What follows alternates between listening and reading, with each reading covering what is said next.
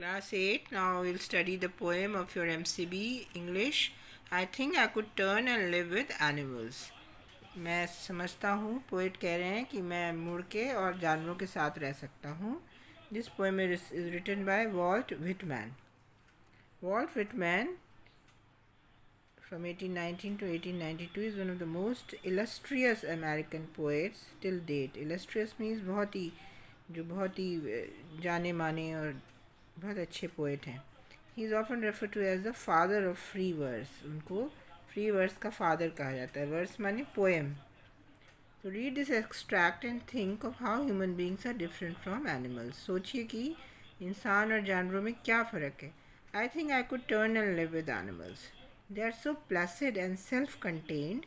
I stand and look at them long and long. Poet कह रहे हैं that he thinks that he can turn away from the human civilization and live with animals because they are so placid. Placid means docile, बहुत ही शांत काम होते हैं वो. and self contained means self sufficient, अपने आप में जो है वो पूरे होते हैं, उनको किसी और की ज़्यादा ज़रूरत नहीं होती.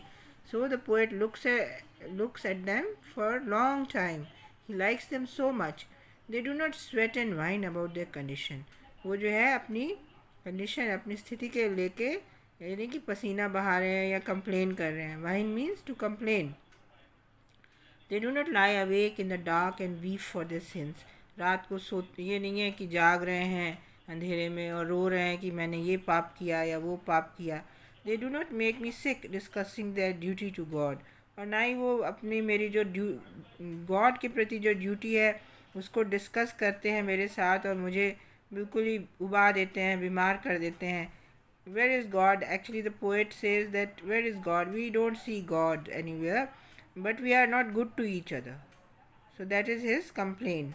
But human beings keep on talking about God and temples and mosques and gurudwaras and churches. But what matters is that we should be good to each other and to everyone, all the human beings as well as the living beings. Not one is dissatisfied, not one is demented with the mania of owning things. कोई भी जो है असंतुष्ट नहीं है, dissatisfied नहीं है. कौन? जो एनिमल्स हैं उसमें. No one is demented. Demented means they are not obsessed. Here what does it mean. वैसे डिमेंटेड का मतलब है कि पागल ही सा हो जाना. यहाँ पे उसका मतलब है ऑब्सेस्ड, किसी भी बात को लेके एक अजीब सा जुनून सा हो जाना. किसका जुनून नहीं है उनको? Mania of owning things. एक जो पागलपन होता है कि चीज़ों को हमें चाहिए, हमको ये चाहिए, हमको ये है फ्रिज चाहिए, टीवी चाहिए, हमको कार चाहिए, स्कूटर चाहिए, बाइक चाहिए, हमको बढ़िया वाले शूज़ चाहिए, अच्छे वाले ग्लासेस चाहिए, बढ़िया वाले जीन्स चाहिए, टी शर्ट चाहिए. तो इस सब का पागलपन जो है वो जानवरों में नहीं होता. Not one kneels to another not to his kind that live thousands of years ago. कोई एक दूसरे के आगे घुटने नहीं टेकता और ना ही अपने किसी जैसे के सामने जो उनसे हज़ारों साल पहले जिया है. तो वो अननेसेसरी किसी की पूजा नहीं करते हैं, किसी को फॉलो नहीं करते, अपनी इंस्टिंक्ट्स को फॉलो करते हैं, अपने आप में सेटिस्फाइड हैं. And they don't have jealousy or envy towards anyone else. Not one is respectable or unhappy over the whole earth. कोई भी ऐसा नहीं है कि जो बहुत ही सम्मानजनक हो या दुखी हो इस पूरी धरती को लेके. तो वो अपने आप में बस बहुत ही संतुष्ट हैं. So they show their relations to me and I accept them. So whenever the poet is in contact with the animals, they show their affinity towards him, they show their friendship towards him, and the poet accepts it. They bring me tokens of myself, they evince them plainly in their position. और वो क्या लाते हैं? वो ऐसे tokens, ऐसी निशानियाँ लाते हैं जो मुझे अपनी याद दिलाती हैं. जो मेरे अंदर अच्छाइयाँ थी मेरे एंसेस्टर्स में, वो मुझे ला कर देते हैं. मतलब शो करते हैं अपनी अच्छाइयों को. और इवेंट्स का मतलब to show clearly that you have a feeling or quality. And they events them plainly in their position and they show this qualities which are in their position, जो उनके पास हैं. यानी कौन कौन सी qualities of being satisfied, content, and not being jealous or envious of each other, not trying to gain things unnecessarily. So all these qualities were in our ancestors, which we have lost now. But when the poet is with the animals, they show them these qualities and remind him that he was also, his ancestors also, once upon a time like them only.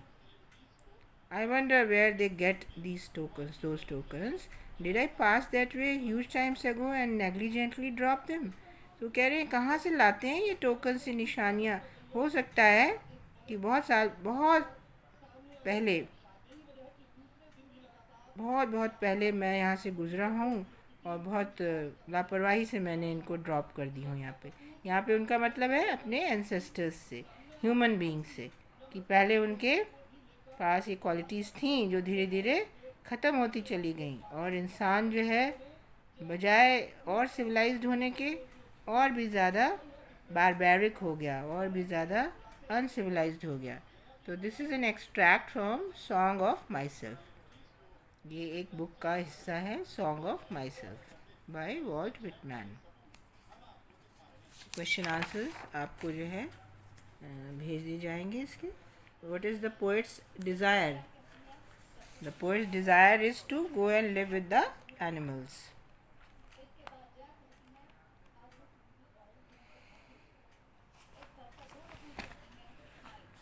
The poet's desire is to live with the animals. What are the qualities that endear animals to him? The qualities of being peace-loving, self-satisfied, and remaining quiet make the poet love them. Makes कर लीजिएगा, makes the poet love them. What vices in human beings does the poet notice? Human beings remain dissatisfied, grumble about their condition, and they are crazy for material things. They talk about God but not humanity. Please do the corrections.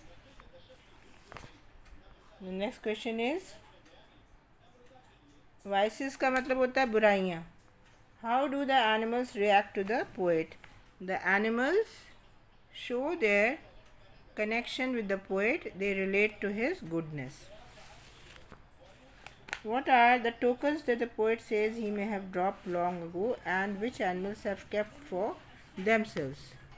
The tokens are of mutual love and understanding, which our ancestors used to show in the past. Now the animals are having them. What is the theme of the poem? The theme of the poem is that animals are better than human beings. What is the tone of the poet? The tone of the poet is wistful or sad. So please do these exercises in your copy and learn them.